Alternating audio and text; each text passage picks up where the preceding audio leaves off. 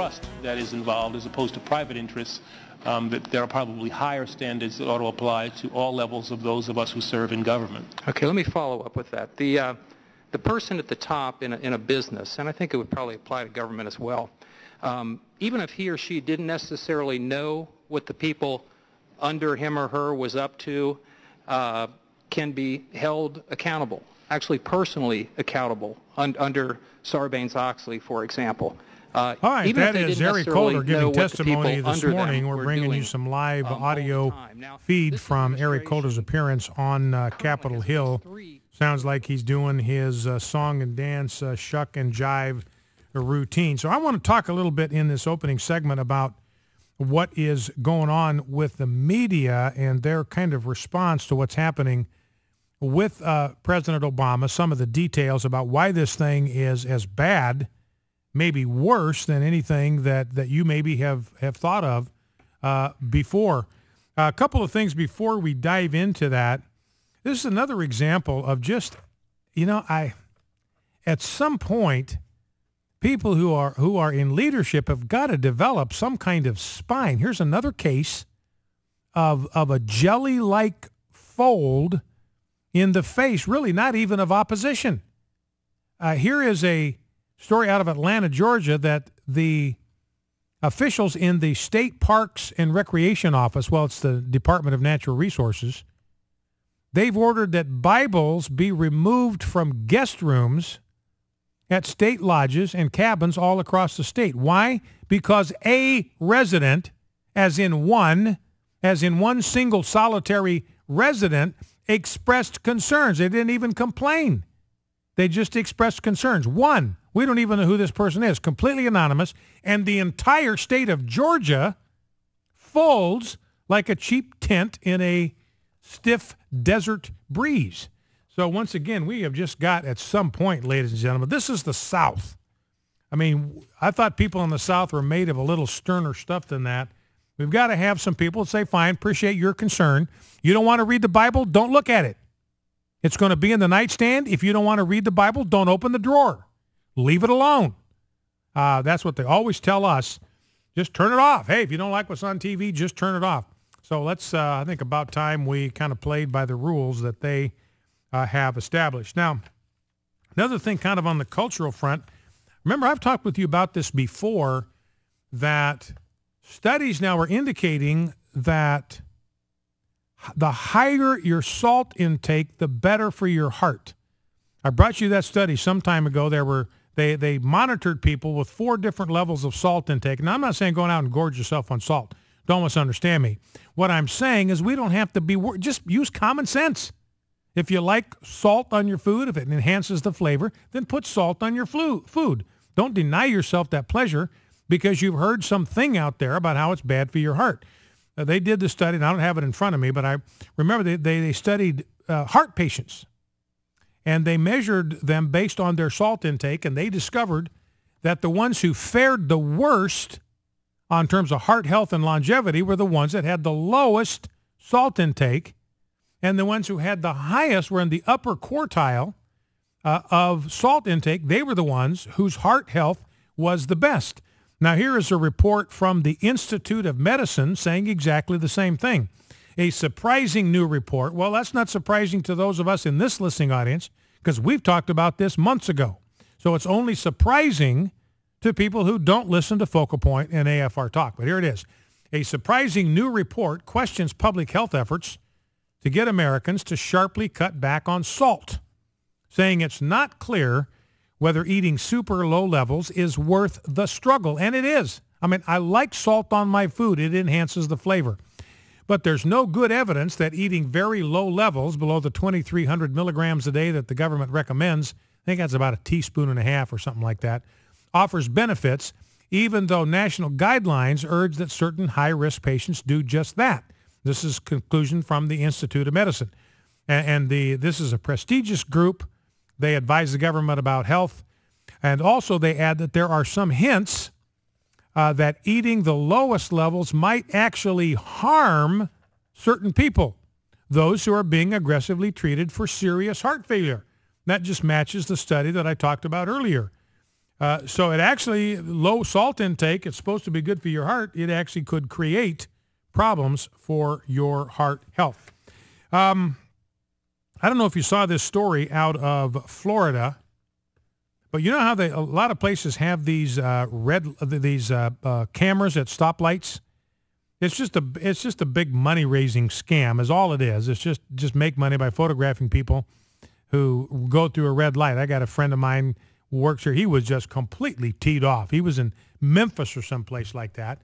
And sure enough, he got a picture in the mail with a $110 ticket for going through an intersection on a red light. And you could see that his front tire was just on the line. I mean, he was that close. He was inches away from being clean. But they got him $110. So it's just a big, giant fundraising scam. And now apparently in Florida, they weren't making enough money off of these red light cameras. They actually shortened the yellow light so they could snag more people.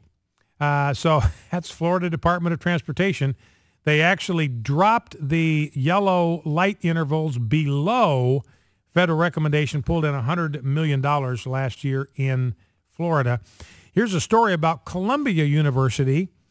They have a fellowship that was established in 1920 by a woman by the name of Lydia C. Roberts. So she dies. She leaves a $509,000 estate, most of it to Columbia. And she said, I want this to be used for scholarships. And the scholarship, there are some restrictions on how this scholarship can be used. The individual's got to be from Iowa. The individual cannot study law, and there were several other fields that were off limits. And the individual's got to return to the state of Iowa for 2 years after graduation. And she had one other caveat. The person has to be white, has to be a person of the Caucasian race. And now there's a big stink about this, and this is kind of a binding. I mean, it's a part of her will. So they just can't go in there and undo that, reverse that, because it's binding. They are honor bound to honor her wishes, and there are rules when it comes to stuff like this. If you decide you're not going to honor the wishes of the donor, then that money's got to go somewhere else. You can't keep that money and spend it the way you want it. It has to go to somebody else who will use the money for the purposes for which it was intended. But you think about this just for a second. How many scholarships are there in these Ivy League universities for minorities? Now they say we can't do this anymore because this discriminates on the basis of race. As if Columbia doesn't have a single solitary scholarship that is awarded to minority students. What are they doing? They are discriminating on the basis of race. So it's okay to discriminate on the basis of race unless the beneficiary is white. And then all of a sudden, you can't do it. That is incorrect, inappropriate discrimination on the basis of race. So we'll see how that turns out.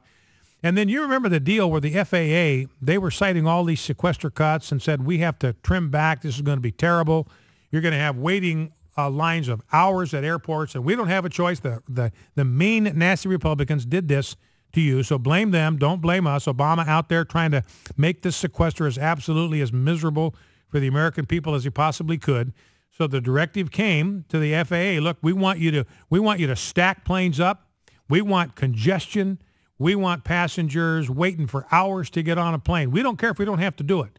We just want to make them pay. We want to make them suffer.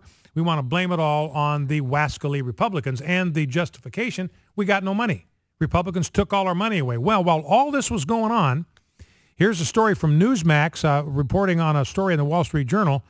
While the Federal Aviation Administration was implementing budget cuts that would cause massive flight delays last month, it apparently was handing out bonuses to its workers, according to a Wall Street Journal editorial. An internal FAA document obtained by the Journal showed that on January 14, FAA Administrator Michael Huerta told employees the agency soon would give bonuses. One bonus lifted salaries by 1%, another by 0.6% to 1.8%. Most workers had a chance for the bonuses. Now, remember, this was the sequester imposed a 4% cut, and it led the FAA. They wound up furloughing 10%, 4% cut. They wind up furloughing 10% of their air traffic controllers and causing delays for 40% of their flights before they finally heard from the people that travel, and they went about making things right. Now, we're going to be talking to Dan Gaynor, bottom of the hour. I want to kind of set the stage for that. Here's Eric Holder. He was asked on NPR yesterday. Remember, Eric Holder, Department of Justice. Man, you have a tough time keeping your scandal straight. The DOJ was the one. Eric Holder went after the Associated Press. They monitored 20 phone lines, maybe 100 different people that work for the Associated Press were involved in this. Home phone numbers, cell phone numbers, business lines. They wanted to see who they were talking to. They weren't tapping the lines, but they wanted to see who they were talking to and who they were taking calls from. And don't forget, this was all, people are not talking about the motive here. It's important for us to understand why Obama directed Eric Holder to do this.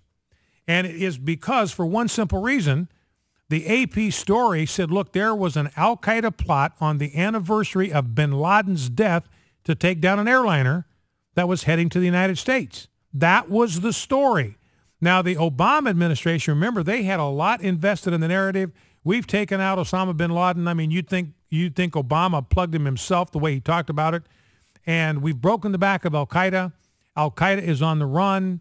There's no threat from al-Qaeda because people were asking, well, hey, is al-Qaeda going to try to strike back on the anniversary of bin Laden's death, which was May 2nd? And the Obama administration was out there saying, no, they're not going to strike back. We've broken their back. We've neutralized them. They're on the run. They're scattered. They're not capable of anything like that because of Barack the Benevolent. Barack the Magnificent has neutralized al-Qaeda. And then the AP discovers, no, as a matter of fact, al-Qaeda did hatch a plot to blow up an airliner flying to the United States, just like the underwear bomber on that Christmas Day a couple of years ago. Same deal. And the AP held off on the story for a little bit under pressure from the administration. Eventually, they ran with the story. And so that's why the Department of Justice landed on them like a falling safe, because they were blowing the Obama narrative about their conquest of al-Qaeda right out of the tub. Focal Point AFR Talk back in 2.